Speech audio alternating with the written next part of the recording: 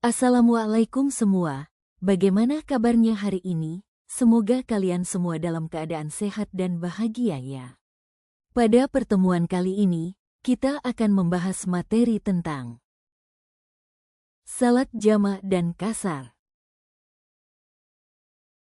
Pertama-tama mari kita bahas terlebih dahulu apa itu salat jamak. Secara bahasa, kata jamak berarti menggabungkan, menyatukan ataupun mengumpulkan.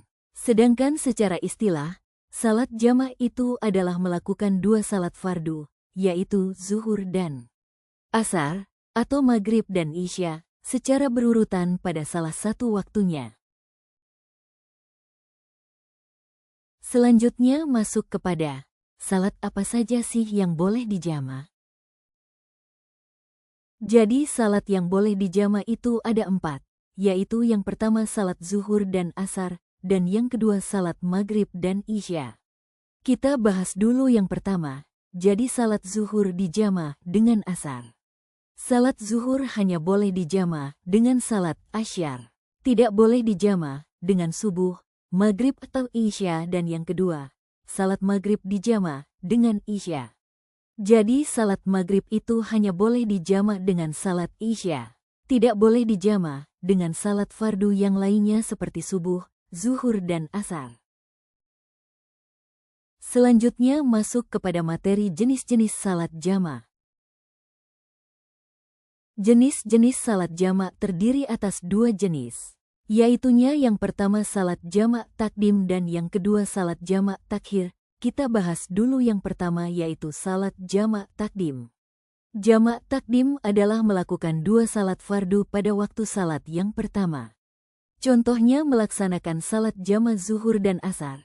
Lalu kita kerjakan salatnya di waktu zuhur, maka itu adalah salat jamak takdim. Kemudian yang kedua adalah salat jamak takhir. Salat jamak takhir adalah kebalikan dari jamak takdim, yaitu melakukan 2 salat fardu pada waktu salat yang kedua. Contohnya apabila kita melaksanakan salat jamak maghrib dan isya lalu kita kerjakan salatnya di waktu isya, maka itu termasuk dengan salat jamak takhir. Selanjutnya yaitu niat salat jamak.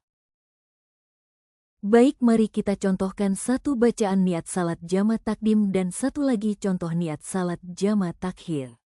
Yang pertama yaitu niat salat jamak takdim zuhur dan asar.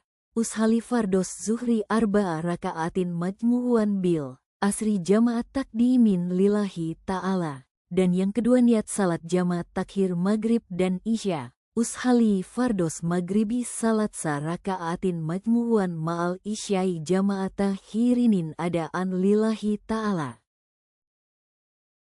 Selanjutnya yaitu syarat-syarat diperbolehkannya seseorang untuk melaksanakan salat jamak. Syarat-syarat diperbolehkannya seseorang untuk melaksanakan salat jamak terdiri atas 3 syarat. Yang pertama yaitu bepergian, musafir. Jika seseorang melakukan perjalanan jauh dengan jarak tertentu, sekitar 80 sampai 90 km, mereka diperbolehkan menjamak salat.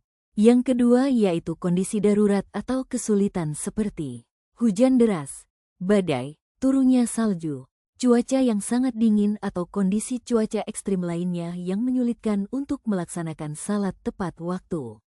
Sakit yang parah atau kondisi darurat medis yang membuat sulit untuk salat pada waktunya. Dan yang ketiga yaitu saat melaksanakan ibadah haji di Arafah dan Musdalifah. Selanjutnya kita masuk kepada materi yang kedua yaitu salat kasar. Makna kata kasyar secara bahasa adalah mengurangi atau meringkas. Sedangkan secara istilah, definisi salat qashar adalah mengurangi bilangan rakaat pada salat fardu dari 4 rakaat menjadi 2 rakaat. Selanjutnya masuk kepada materi, salat apa saja sih yang boleh dikasar? Salat yang boleh dikosyar adalah salat fardu yang jumlah rakaatnya 4, yaitu salat zuhur, salat asyar, dan salat isya. Salat maghrib dan salat subuh tidak boleh dikosyar karena jumlah rakaatnya tidak 4. Karena qasar sendiri berarti meringkas salat fardu yang 4 rakaat menjadi 2 rakaat, sebagai keringanan atau rukhsah bagi seorang musafir atau orang yang sedang dalam perjalanan jauh.